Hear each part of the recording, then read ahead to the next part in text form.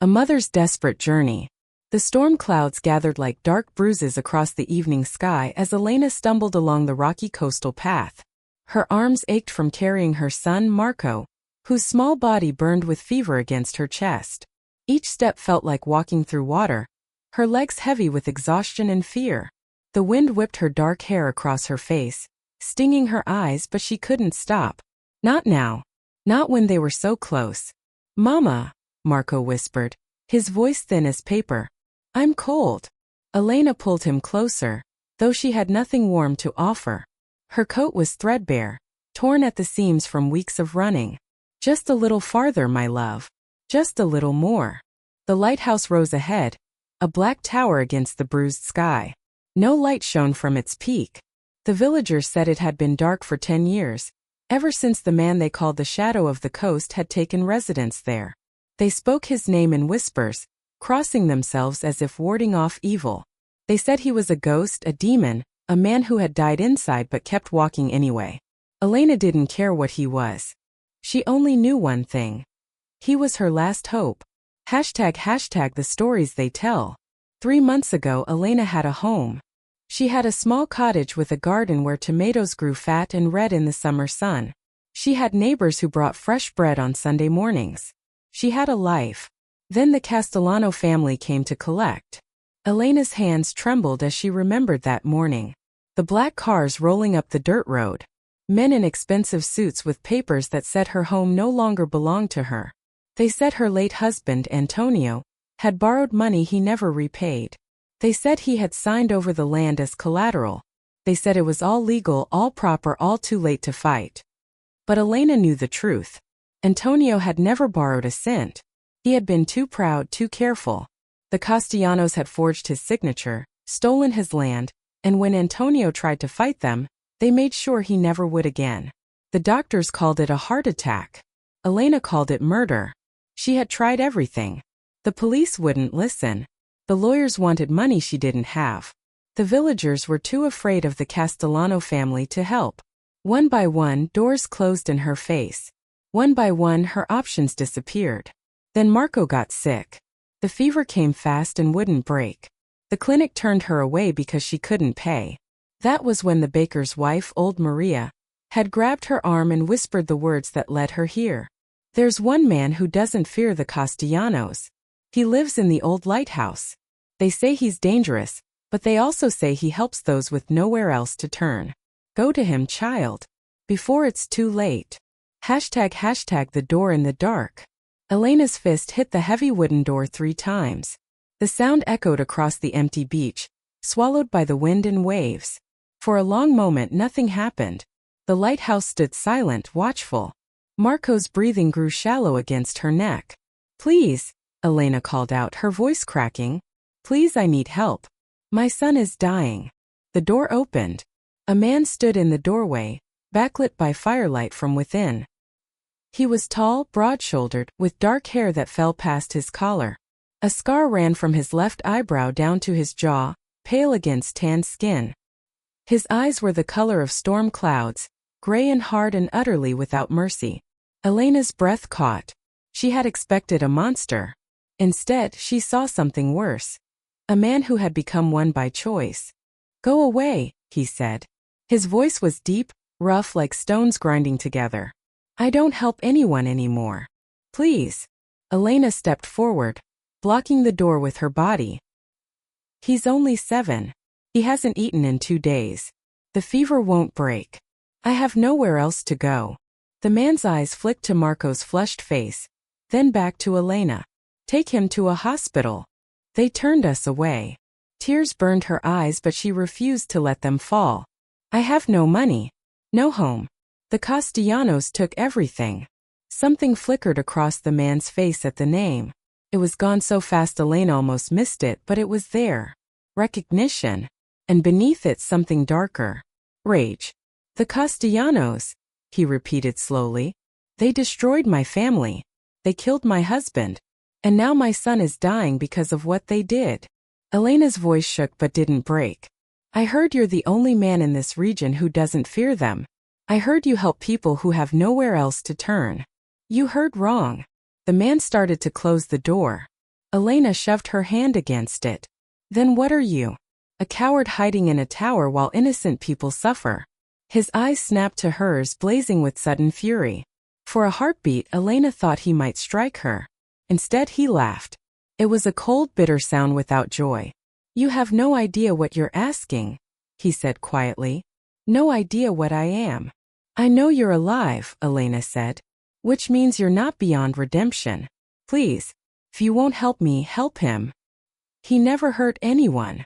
The man stared at Marco for a long time. Something shifted in his expression, a crack in the stone. When he spoke again, his voice was softer. What's his name? Marco. And yours? Elena. Elena Russo. The man went very still. His eyes searched her face as if seeing her for the first time. Russo, he murmured. From the village? The family with the olive grove. It was my grandmother's. Before the Castellanos took it. Elena met his gaze. Do I know you? You did.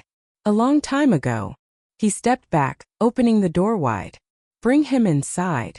## inside the tower. The lighthouse interior was nothing like Elena expected. Where she imagined cold stone and emptiness, she found warmth. A fire crackled in a stone hearth. Shelves lined the curved walls, filled with books and strange instruments. A large table stood in the center, covered with maps and papers. The space felt lived in, almost comfortable, except for the weapons mounted on the walls. Swords, knives, guns. Enough to arm a small militia. Lay him here. The man gestured to a long couch near the fire. Elena placed Marco down gently, brushing damp hair from his forehead. His skin felt like burning paper. The man disappeared up a spiral staircase and returned with blankets, water, and a wooden box. He moved with surprising gentleness as he examined Marco, checking his pulse, listening to his breathing, feeling his forehead. It's pneumonia, he said finally. Not too far gone, but close. He needs medicine, fluids, rest. I can't pay you, Elena said, her voice breaking. I have nothing. Just this. She pulled a chain from beneath her shirt. A sapphire pendant hung from it, the only thing she'd managed to hide from the Castellanos. It was my grandmother's. It's worth something. The man glanced at it, then away. Keep it. I don't want your jewelry. Then what do you want? He was quiet for a moment, mixing something in a cup. When he finally spoke, his voice was careful. I want you to tell me everything. Everything the Castellanos did to you. Every detail. Every name. Every crime. Elena's heart skipped. Why? Because I'm going to destroy them. He turned to face her, and in his eyes, Elena saw something that made her breath catch. Not madness. Not cruelty. But purpose. Cold, calculated, absolute purpose. I've spent 10 years preparing for it. And you just gave me the final piece I needed. Who are you? Elena whispered. My name is Dante Moretti. He said it like a confession. 20 years ago, the Castellano family destroyed mine. They burned my father's business, murdered my mother, and left me for dead in the ruins. I was 12 years old. He held her gaze. I've been waiting a long time for this. And I always keep my promises. ## the weight of truth. Elena sank into a chair as Dante gave Marco the medicine. Her mind spun with the revelation. Moretti. She remembered that name. Everyone did. The great fire 20 years ago that had consumed the Moretti textile factory. The headlines said it was an accident. The village whispered it was murder. And then the Moretti family simply disappeared from memory, erased like they'd never existed. I remember, Elena said softly. There was a boy. Dark hair. Always reading by the fountain. You gave me your orange once when I dropped mine in the dirt. Dante's hand stilled. You remember that? I was 6. You were kind. Elena looked at him, really looked at him. Beneath the scars and hardness, she could see traces of that boy. What happened to you? I survived. Dante covered Marco with a blanket. I crawled out of the burning building and ran. A fisherman found me half dead on the beach and took me in. He taught me everything. How to fight. How to disappear. How to become someone the Castellanos would never see coming. He moved to the table, spreading out papers covered in notes and photographs. For 20 years I've been gathering evidence. Bank records, witness testimonies, proof of every illegal deal, every bribe, every murder they've committed. Elena stood and walked to the table. The faces of the Castellano family stared up at her from the photographs. Lorenzo Castellano, the patriarch. His sons Riccardo and Marco. His wife Gabriella. She knew these faces. She'd seen them in the village, smiling and waving like royalty while people bowed and scraped. "Why haven't you acted?" she asked. "Because I needed one more thing." Dante looked at her. "A witness. Someone they've recently destroyed who's willing to testify. Someone whose story will make people finally pay attention." He paused. "You, Elena. I need you." Elena's throat tightened. "Testify. Go public. Put a target on her back in Marco's." Everything in her screamed to run, to hide, to protect her son at any cost. But then she thought of Antonio. How he died defending their home. How the Castellanos had walked free while he lay in the ground. She thought of all the others they'd destroyed, all the families they'd ruined, all the lives they'd taken. Someone had to stop them. "If I help you," Elena said slowly, "can you promise me something?" "Depends on the promise. That Marco will be safe. Whatever happens to me, he stays safe." Dante studied her for a long moment. Then he nodded. "I promise. On my mother's grave, I promise." Elena took a shaky breath. "Then I'll help you. I'll tell you everything." #stories in the firelight. That night, while Marco slept peacefully for the first time in days, Elena told Dante everything. She started from the beginning. Her marriage to Antonio, a good man who'd worked as a carpenter. How he'd inherited his family's small plot of land, nothing grand but enough to build a life on. How the Castellanos had wanted that land to expand their resort development. How they'd fabricated debt documents, forged signatures, and when Antonio fought back, how they'd made sure he couldn't. "They poisoned him," Elena said, her voice hollow. "At the town festival. I didn't know until it was too late. He collapsed in the street. By the time we got him to the clinic, his heart was failing. The doctor said it was natural. But Antonio was 32 and healthy. Hearts don't just stop." Dante listened without interrupting, his expression growing darker with every word. When she finished, silence filled the lighthouse except for the crackling fire and the distant crash of waves. "They'll pay," Dante said finally. "For Antonio. For your home. For everything." "I don't want revenge," Elena said quietly. "I want justice. I want them to answer for what they've done.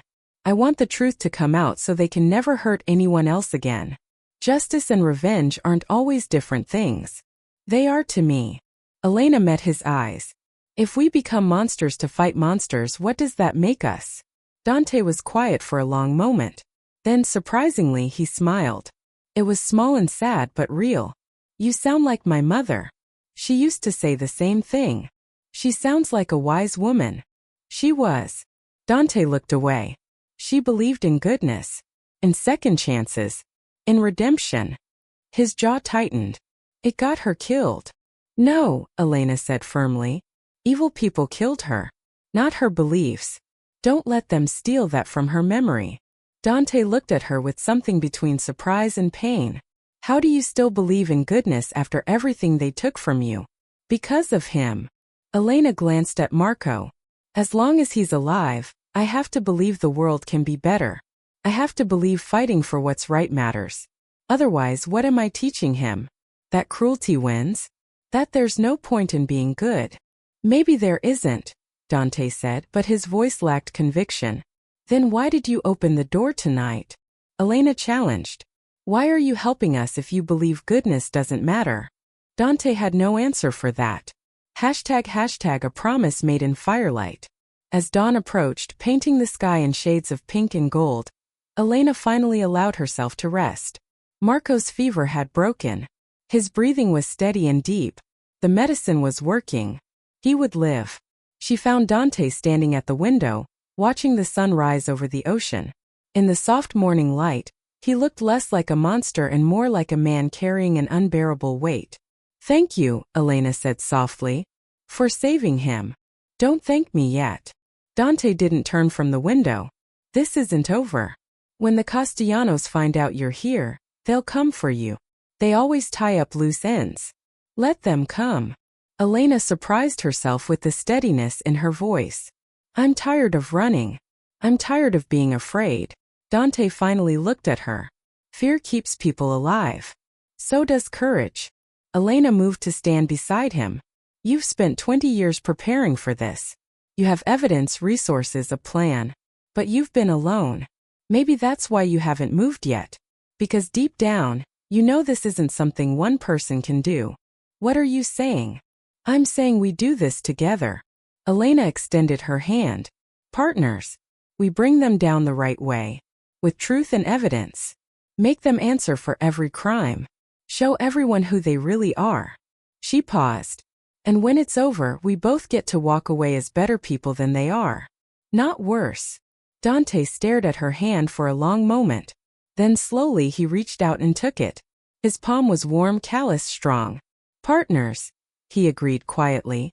But Elena, you need to understand something. The moment you step into this fight, your old life is over. You can never go back. The Castellanos will know your name. They'll hunt you. And I can't promise how this ends. I know. Elena squeezed his hand. My old life ended the day they killed Antonio. Whatever comes next, at least it's my choice. As the sun rose fully over the water, painting the lighthouse in golden light, two broken people stood together and made a silent promise. They would face the darkness ahead not with revenge in their hearts, but with justice as their weapon. The Castellanos had destroyed their families, stolen their homes, and tried to break their spirits. But they'd made one critical mistake. They'd left survivors. And survivors, Elena and Dante were about to prove, were far more dangerous than victims. Healing in the shadows. The days that followed brought unexpected peace to the lighthouse. Marco's strength returned slowly, like the tide creeping back to shore.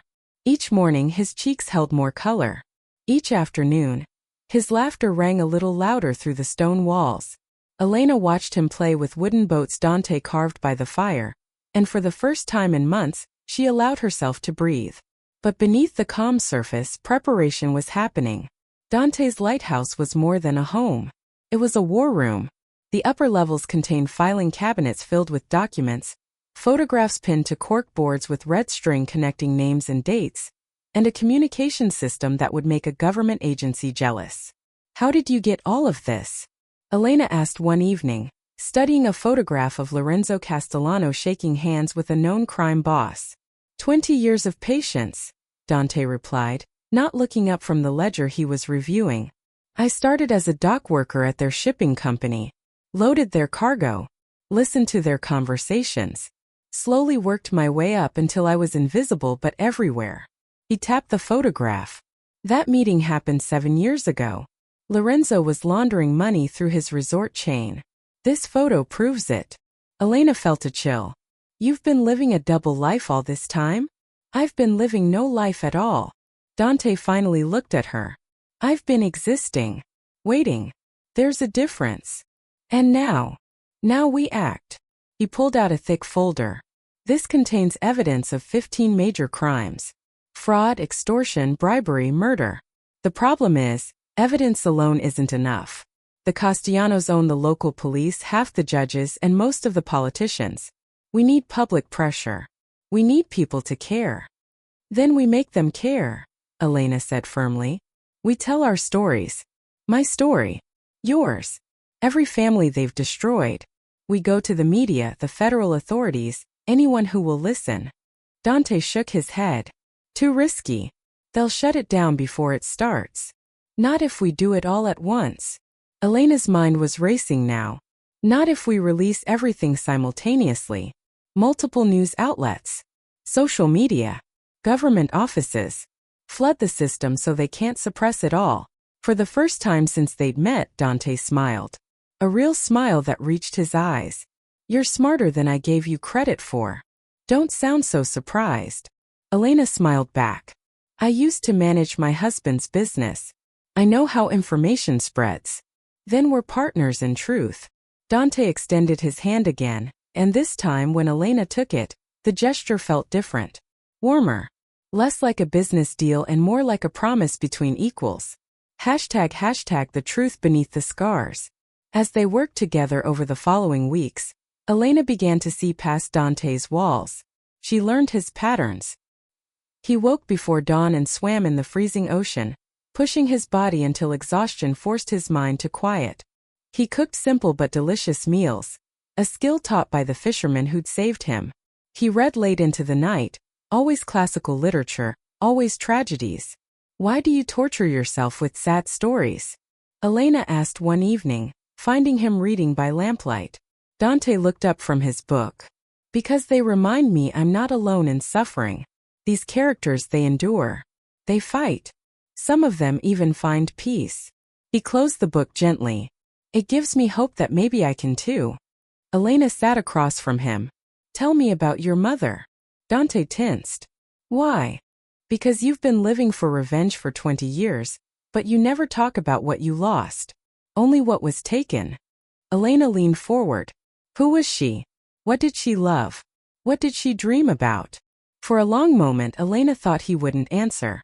Then slowly Dante began to speak. "Her name was Isabella. She loved gardening. Our house always smelled like jasmine and roses." His voice grew softer. "She believed everyone deserved a second chance.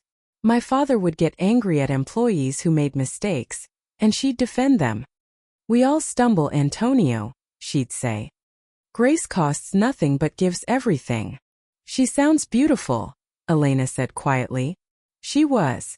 Dante's jaw tightened. "The night of the fire, she ran back into the building. I screamed for her to stop, but she wouldn't listen. There was a worker trapped inside, a young man who'd been sleeping in the storage room. She died getting him out." Elena's heart broke.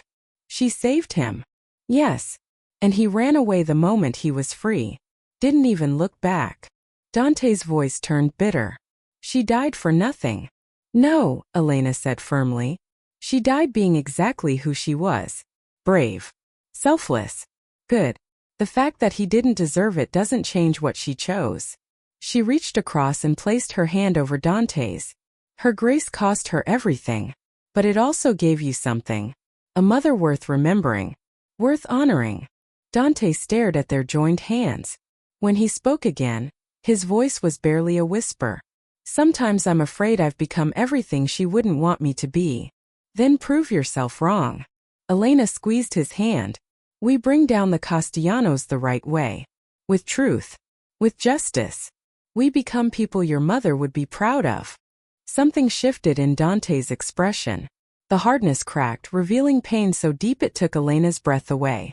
"I don't know how to be that person anymore." "Then learn." Elena held his gaze. "I'll help you. That's what partners do." ## dangerous closeness. Working side by side brought an intimacy Elena hadn't expected. They fell into rhythms. Dante cooked breakfast while Elena helped Marco with his lessons. Elena organized documents while Dante made contact with journalists. In the evenings they'd review their plans, debate strategies, and slowly, carefully learn to trust each other. But trust brought other things too. Awareness. Attraction.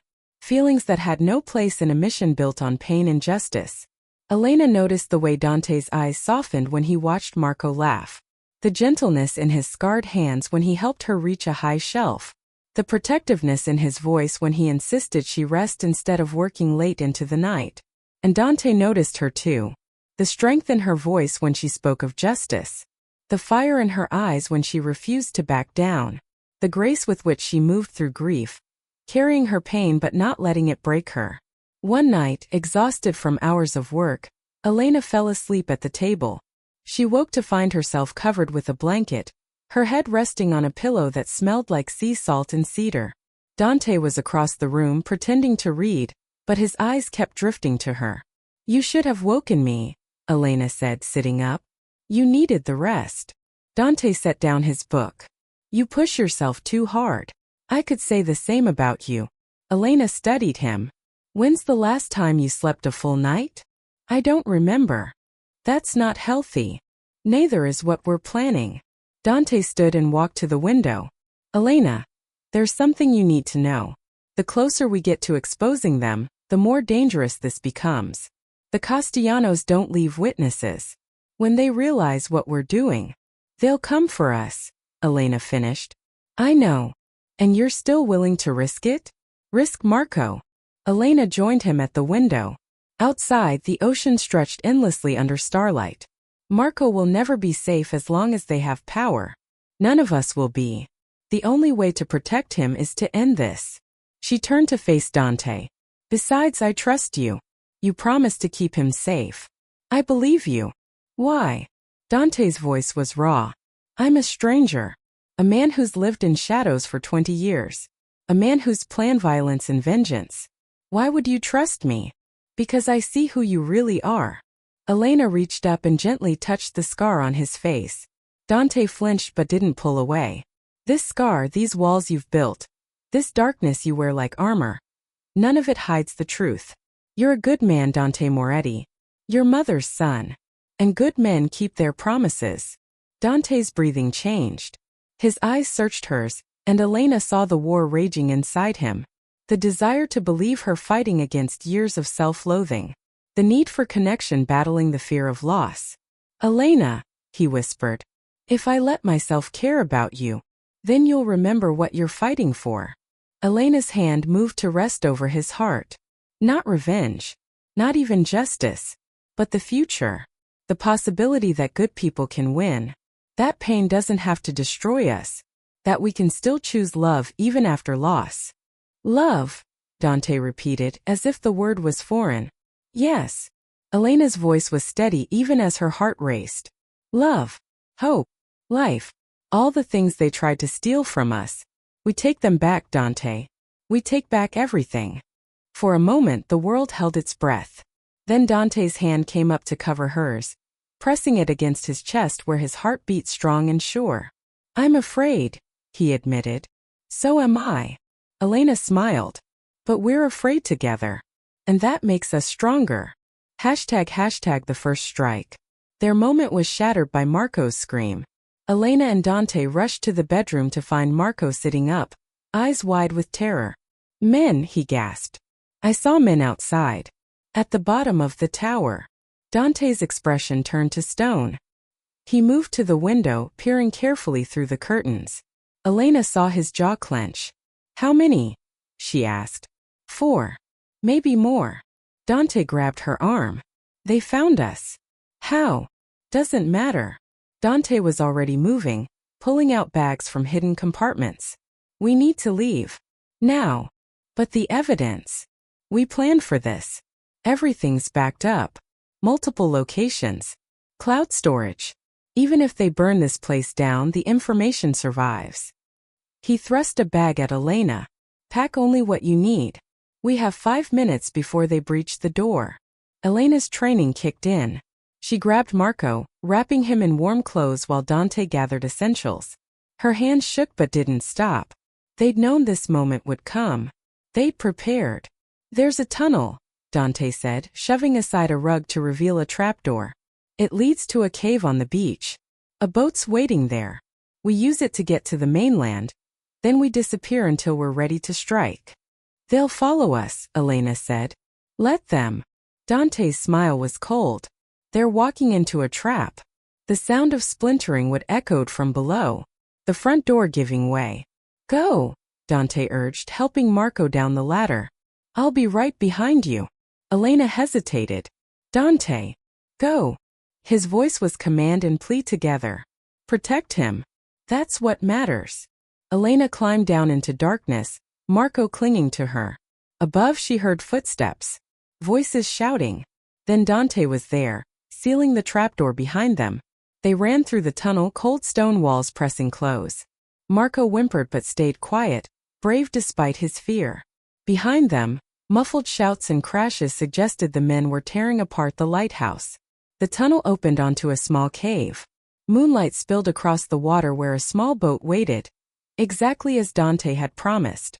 They climbed in, and Dante rowed with powerful strokes, muscles straining as he put distance between them and the shore. Elena looked back. The lighthouse stood dark and silent. Then as they watched, fire bloomed in the windows. Orange flames licking upward into the night sky. The men were burning it. Destroying everything. 20 years of work, Elena whispered. 20 years of preparation, Dante corrected. The real work starts now. He rode harder, determination etched on his face. They think they've won. They think they've silenced us. His eyes met Elena's. They're about to learn how wrong they are. Hashtag the safe house. Dante brought them to a small apartment in the city, an hour's drive from the coast. It was modest but secure, with locks on every door and windows that overlooked the street. Elena recognized the setup immediately. He'd prepared multiple safe houses. The lighthouse was never the only option. How long can we stay here? She asked, settling Marco into bed. As long as we need. Dante was already at a computer, typing rapidly. I'm activating our network now. By morning, 3 major newspapers will have received packages containing evidence of Castellano crimes. By afternoon, federal investigators will have copies of financial records. By evening, the story will be everywhere. Just like that. Elena's heart pounded. Just like that. Dante looked at her. They burned my home thinking they'd stopped us. Instead, they've given us the perfect headline. Witnesses targeted. Castellano family attempts to silence accusers. The optics couldn't be better. Elena sat down heavily. It was happening. Really happening. 20 years of Dante's life. Months of her grief. All converging on this moment. What if it's not enough? She whispered. What if they're too powerful?